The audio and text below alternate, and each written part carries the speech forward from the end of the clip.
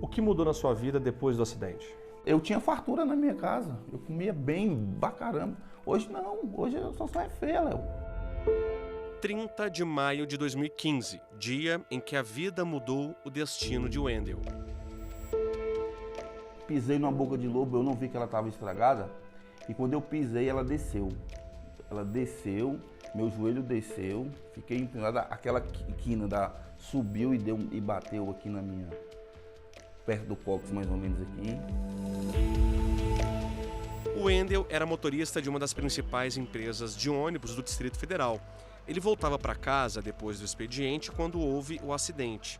Com dores na coluna e no joelho, foi ao hospital, fez vários exames, foi medicado e voltou para casa. Mas era só o começo de um problema sem fim. O meu sistema biológico era muito certinho. E depois dessa pancada que eu tive aqui na coluna, depois de uns 8, 9 meses, comecei a travar meu intestino. Hora travava, que não saía nada, hora era diarreia demais. E foi só aumentando. Chegou uma hora que eu tive que ir para o hospital. Cheguei no hospital, falaram que vamos correr, que ele está com o intestino perfurado. O Wendel passou por cirurgia e perdeu praticamente todo o intestino. Ele explica que a suspeita dos médicos é a de que foi necessário remover o órgão em decorrência do acidente de trabalho. Aí o médico olhou e falou assim, ó, você teve uma inflamação muito grande, entendeu? Se a gente tivesse cuidado disso antes, não teria ficado assim. Mas infelizmente, como passou muito tempo essa inflamação, você vai perder teu intestino todinho. Eu vou deixar 2 centímetros para ver se eu consigo, mais tarde, num certo tempo, ligar no reto. Mais intestino, mas não tem como aproveitar. Foi uma inflamação, você falou que levou uma pancada nas costas, eu acredito que essa inflamação partiu daí. Porque tudo que acontece por aqui, você chega também no intestino. De um dia para o outro, a vida mudou. E o Wendel não se acostumou com isso. Ele quase não sai de casa e só caminha com a ajuda de uma bengala. A carteira de motorista, categoria D, o Detran suspendeu, porque ele não tem mais condições de conduzir passageiros. A cada 30 minutos vai ao banheiro, reclama das dores no joelho, na barriga e nas costas. E, para piorar a situação, parou de receber o auxílio acidente do INSS, porque, segundo ele, a perícia indicou que está apto a trabalhar. A perita não olhou nada, pegou aqueles 3 laudos ali, olhou o laudo e falou assim, não, isso aqui é fotocopiado, isso aqui não procede não, você está bom para trabalhar. E me liberou para trabalhar. E eu fui trabalhar. Dia 5 eu fui para a empresa. Dia 5 cedo, botei meu uniforme, meio com dificuldade, fui lá na empresa, se apresentei, a médica olhou e falou assim, você é doido. Eu não sei quem é mais doido, você ou o INSS. Como é que você vai dirigir um ônibus? Nem carteira para dirigir você tem mais. Você vai fazer o que aqui na empresa? Você não tem condição de trabalhar em nada. Olha a sua situação. E me voltou de volta para o INSS, onde eu estou até agora sem receber. Essa é apenas uma parte dos exames que o Wendel fez de 2015 para cá. Aqui tem tomografias, ressonâncias e laudos médicos que reforçam a necessidade do afastamento definitivo ao trabalho. Esse daqui, por exemplo, diz que a condição patológica em questão é de caráter incapacitante, sem perspectiva de melhora, sem prazo previsível de recuperação. Logo mais abaixo diz que, portanto, pede ao INSS para avaliação laboral e funcional e cuidados previdenciários, pois não apresenta condições de retorno ao trabalho. Apesar de toda a documentação, a luta do Wendel pela aposentadoria por invalidez ainda continua.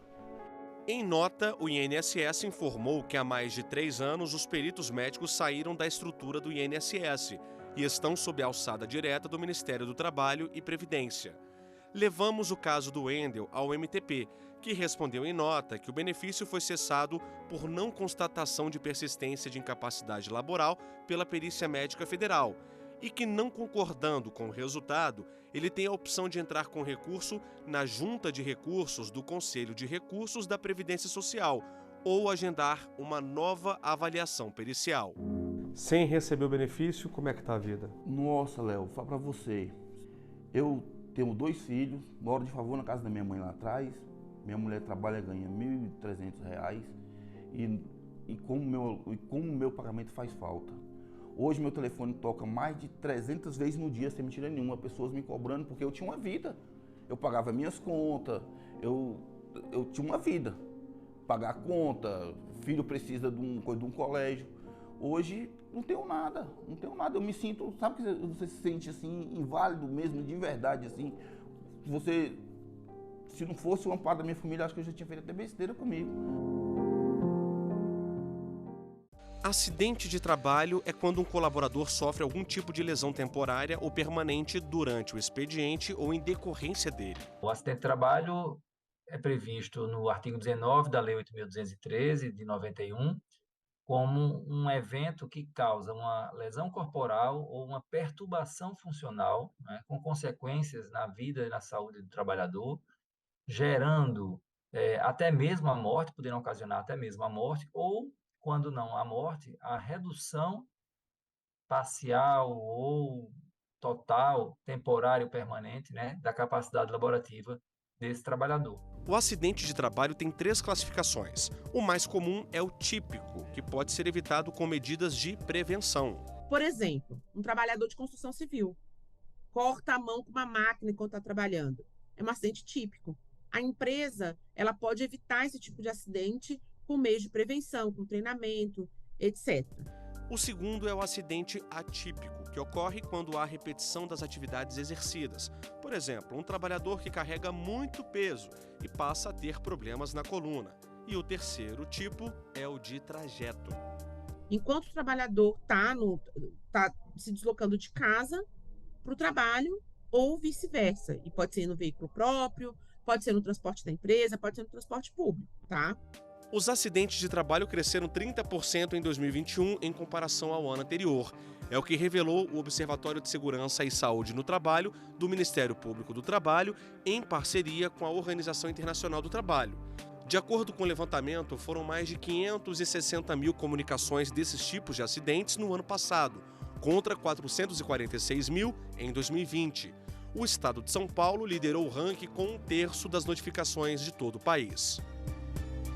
É claro que as medidas mais rígidas de isolamento que foram aplicadas em 2020 para conter a disseminação da Covid-19, elas fecharam muitas empresas por alguns períodos e podem realmente ter impactado nessa redução que se verificou em 2020. Então, a Covid impactou, claro, impactou, mas o fato é que nós voltamos para patamares anteriores de acidentalidade.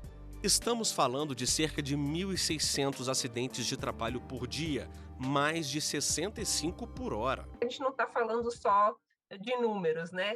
Foram mais de 1 milhão de pessoas que foram trabalhar entre 2020 e 2021 para buscar seu sustento, a sua sobrevivência, a sua de suas famílias, e em razão de condições inseguras ou insalubres do trabalho, elas morreram no trabalho, ou adoeceram, ficaram inválidas no trabalho, né? Então, realmente, não são apenas números. Técnicos de enfermagem e os operários de indústria representam 12% do total de vítimas de acidentes de trabalho.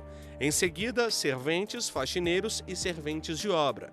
Com relação às mortes, a categoria que lidera a pesquisa é a dos motoristas de caminhão. Os motoristas de caminhão, eles representam 16% do total de óbitos. O que isso significa? São cerca de 3.500 trabalhadores que morreram enquanto trabalhavam nos últimos 10 anos. Depois tem os ajudantes de motorista, também representando 2%, os motoristas de furgão, 1%. Se a gente somar outros motoristas, ônibus rodoviário, ônibus urbano, carros de passeio, a gente chega a 22% do total de óbitos. O maior acidente de trabalho no Brasil matou em 2019 270 pessoas e devastou a região de Brumadinho, em Minas Gerais, com danos irreversíveis depois do rompimento da barragem. Esse caso de Brumadinho é um caso muito específico, tá? É um caso em que não só você tem indenizações em razão do que aconteceu ali, como você tem outras indenizações às famílias que moravam naquela região. Então, assim, eu acho que Brumadinho é um caso muito específico, para ser usado como parâmetro para o que tem que fazer uma empresa em caso de acidente de trabalho. Essas situações são caracterizadas como acidentes de trabalho, assim a Justiça do Trabalho vem reconhecendo, como aconteceu no caso de Brumadinho e Mariana, com a responsabilização dos envolvidos e a devida reparação, conforme é previsto na Constituição Federal para todas as vítimas, né? Ou em caso de morte, para os seus herdeiros. Sérgio trabalhava na barragem no momento do acidente. Quando tudo ocorreu, aí eu vi que eu era um sobrevivente, porque poderia ser qualquer um de nós, naquele momento, estar na área da mancha. O nosso sindicato da classe estava pedindo uma indenização de 750 mil. Aí foi oferecido para a gente um acordo entre a empresa e a gente de 250 mil. 250 mil para quem estava no pé da barragem do Otávio é uma indenização irrisória. Isso é uma indenização muito irrisória. E dinheiro não paga, dinheiro nenhum desse mundo paga a vida de ninguém, né? As pessoas que perderam a vida, que pegaram aquele dinheiro lá, que distribuíram aqui, distribuíram ali, é uma indenização irrisória para quem perdeu a vida. Dinheiro nenhum no mundo paga. O dia 25 de janeiro de 2019, Sebastião nunca vai esquecer. Ele também é um dos sobreviventes. O meu sentimento naquele instante ali foi que, assim, que eu ia morrer, né? Porque quando eu vi aquela avalanche de lama de 15 metros de altura se projetando contra a gente, contra as estruturas da Vale, né? Contra os galpões, contra a usina de beneficiamento. Então, para mim, eu achei que eu ia morrer. A história do Sebastião virou um livro onde ele narra os bastidores e o drama de sobreviventes e vítimas da tragédia. No dia que eu saí daquele acidente lá, eu jurei para mim mesmo e a Deus que eu iria falar sobre isso, sobre o ocorrido, né? Por eu ser da área ambiental, né, me senti muito ferido por isso, né? E quis, né, relatar em páginas sobre Mariana, eu falo sobre Mariana e sobre Brumadinho também, né? O livro começa são várias fotos, né, que tem no livro aqui, o que era antes, o que se tornou depois, né, da tragédia. Então, assim, é um livro bastante rico em informações, né? No próximo bloco, o repórter Rafael Oliveira traz outros dados sobre acidentes de trabalho e os impactos para a Previdência Social. A gente volta rapidinho.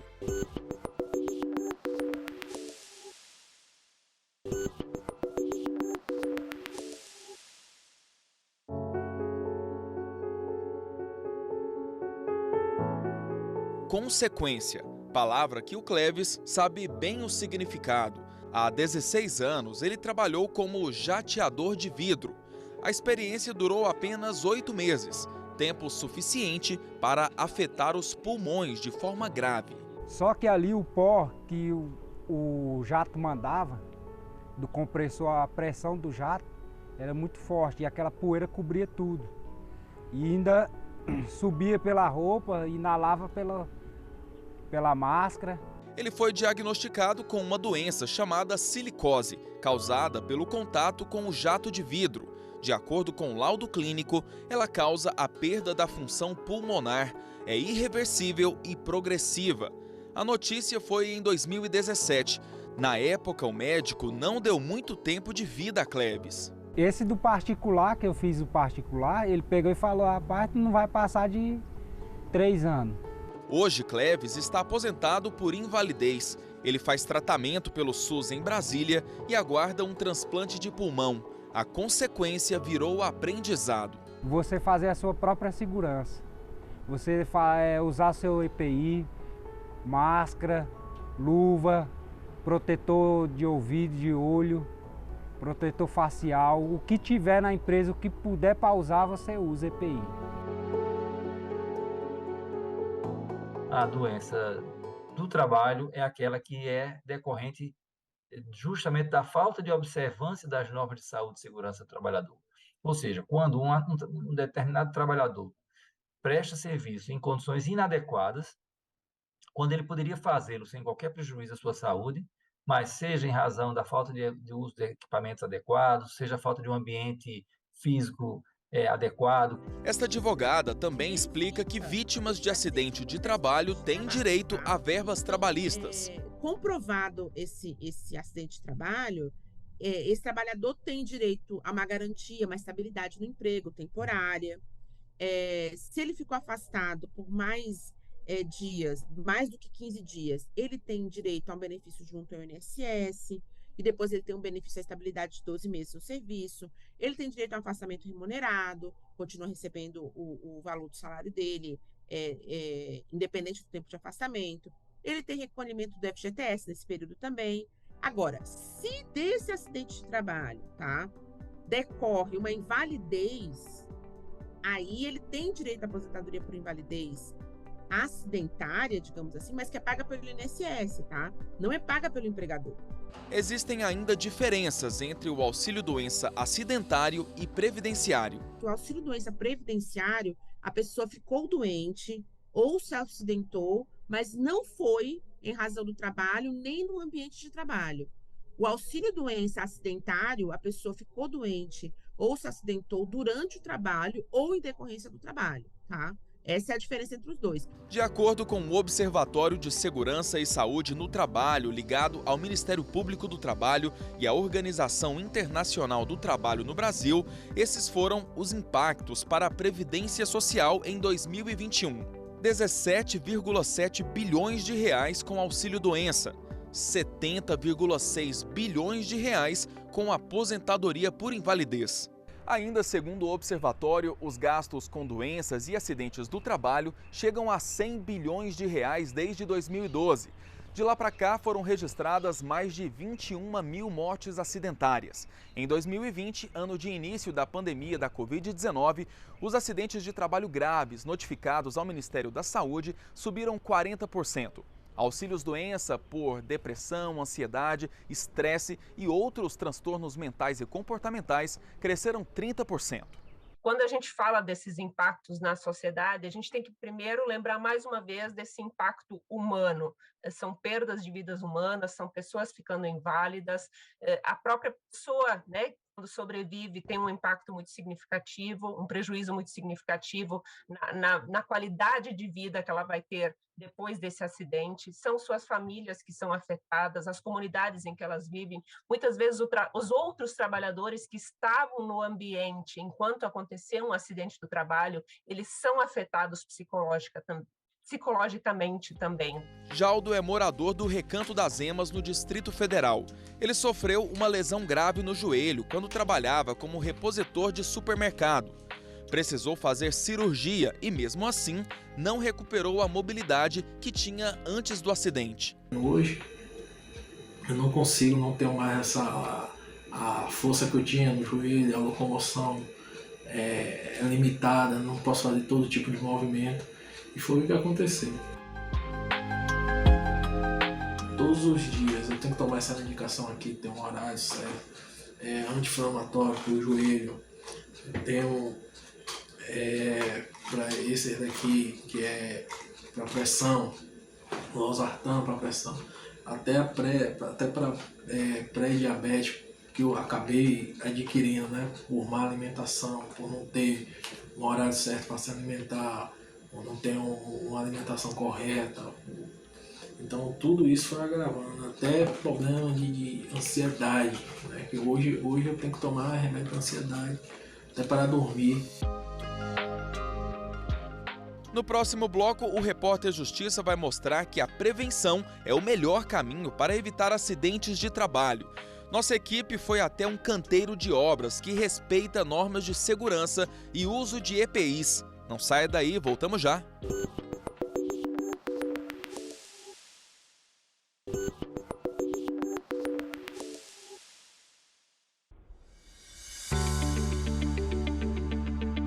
Nesse bloco, o Repórter Justiça mostra exemplos de empresas que cumprem as normas de segurança no trabalho. Nesse canteiro de obras em Brasília, o que não falta é aviso sobre o uso de equipamentos de proteção individual. Eles estão por toda parte e a fiscalização também é rigorosa. Nas alturas, só com cinto de segurança. No manuseio do esgoto, luvas e botas adequadas. Cada atividade exige um tipo de EPI. Para operar a máquina de cortar piso, por exemplo, seu José usa óculos resistente a impacto, luva anticortante, protetor de ouvido, máscara e capacete. O pedreiro trabalha na construção civil há mais de 20 anos. Segundo ele, antigamente era bem mais perigoso. Antigamente sim, já estava muito assim, sem segurança, de EPI, essa coisa. Agora hoje em dia, né?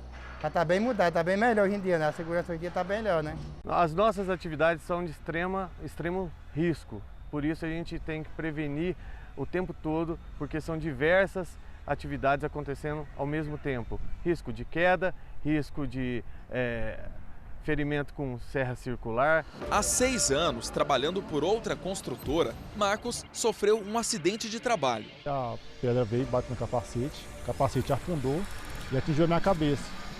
E aí nesse momento feriu, eu saí tonto, né, do elevador.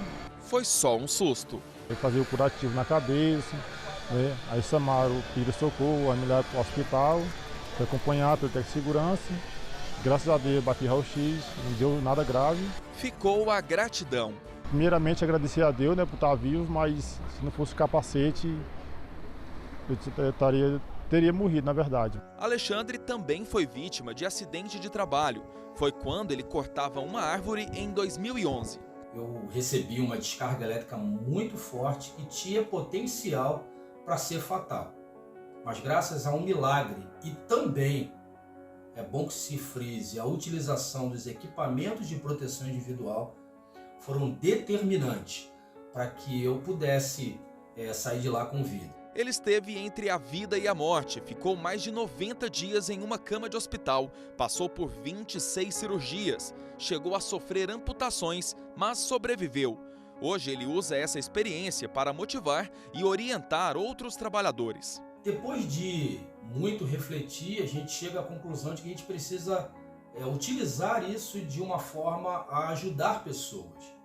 E assim eu comecei a fazer palestras, principalmente em CIPAT, né, Semana Interna de Prevenção de Acidentes de Trabalho, e também tive o privilégio de ter toda essa história eternizada num livro chamado Choque da Vida, o mesmo tema da palestra. Outra empresa que também respeita normas de segurança definidas pela legislação é essa cooperativa de reciclagem em Ceilândia, no Distrito Federal. Aqui tem até um gerenciamento de riscos ocupacionais com atendimento psicológico aos trabalhadores e, claro, o monitoramento do uso de EPIs. O óculos é para caso de algum vidro, alguma ponta de ferro vir em direção do catador e não furar o olho do catador. A luva, na hora do manuseio, ele pode estar se furando, se cortando. E a máscara para proteção respirar dele, porque pode vir algum produto químico e ele está inalando. Exemplos de acidentes não faltam. O marido da dona Antônia já foi vítima.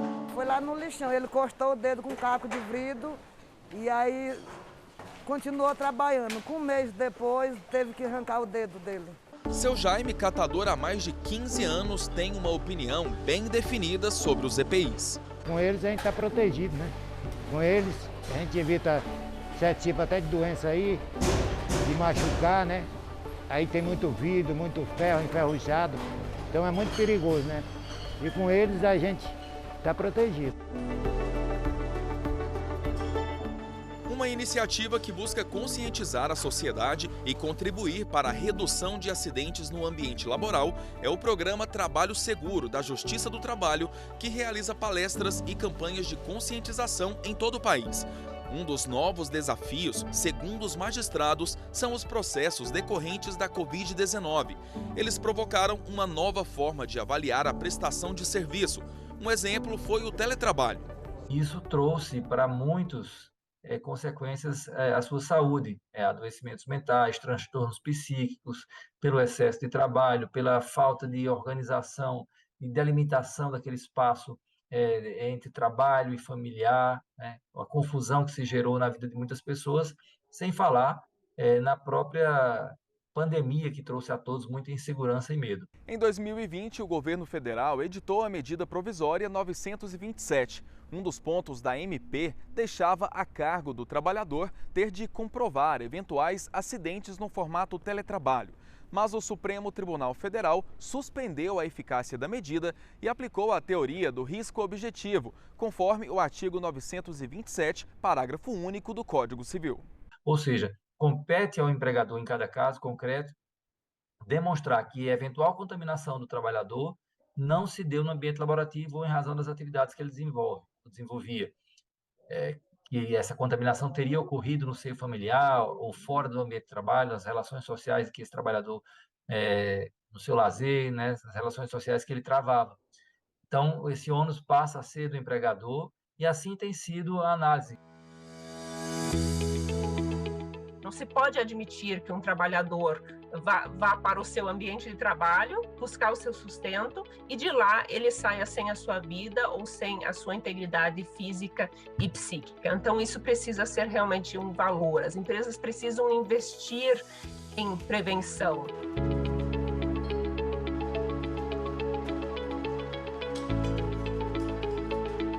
E assim a gente termina o Repórter Justiça desta semana. Já segue o nosso perfil no Instagram, é o TV Justiça Oficial. No YouTube, o canal é o mesmo.